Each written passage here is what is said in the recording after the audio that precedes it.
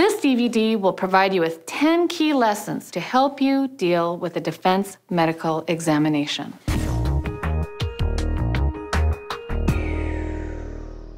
The most important lesson is tell the truth. One little lie will lead to another little lie, and before you know it, you're going to tell a whopping big lie. Don't do it. The doctor will have already gotten all your medical records. At the beginning of the exam, for about 45, maybe 50 minutes, even longer, they will be going over what's called your history. They'll ask you all the questions about what you've gone through, who you've seen. Tell the truth. The doctor already knows the answers, and if you don't tell the truth, they're going to nail you for it. In this scene, the defense doctor is going to ask the plaintiff if they have had any pre-existing conditions or symptoms. Let's see what happens when the plaintiff doesn't tell the truth. Mr. Miller, I understand that you had neck pain, numbness and tingling in your hands, and low back pain after this accident? Yes, I did. And do you attribute all of that to the accident with the defendant? Oh, definitely. Have you ever had any problems like that before? No, I've never had any problems like that before. Are you absolutely certain?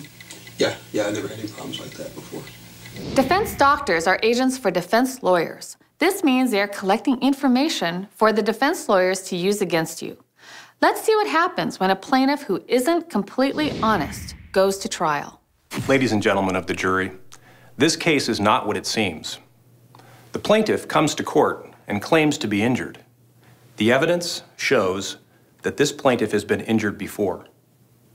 Rather than come clean with this evidence, the plaintiff tried to cover it up. He even tried to hide this information from doctors.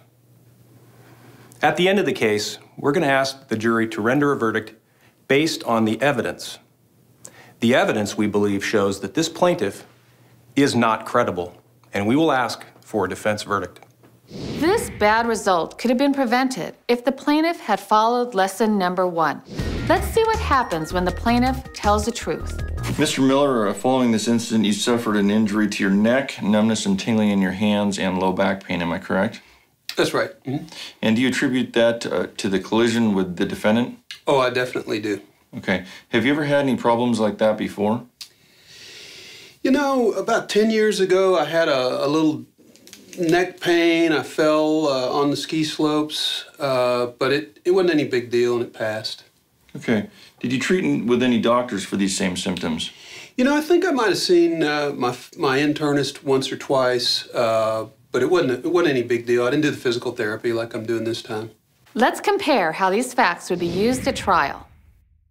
Now you have heard the defense trying to make a lot of hay over Mr. Miller seeing a doctor 10 years before this incident. He told the defense doctor about this little ache, and now the defense is trying to run with it.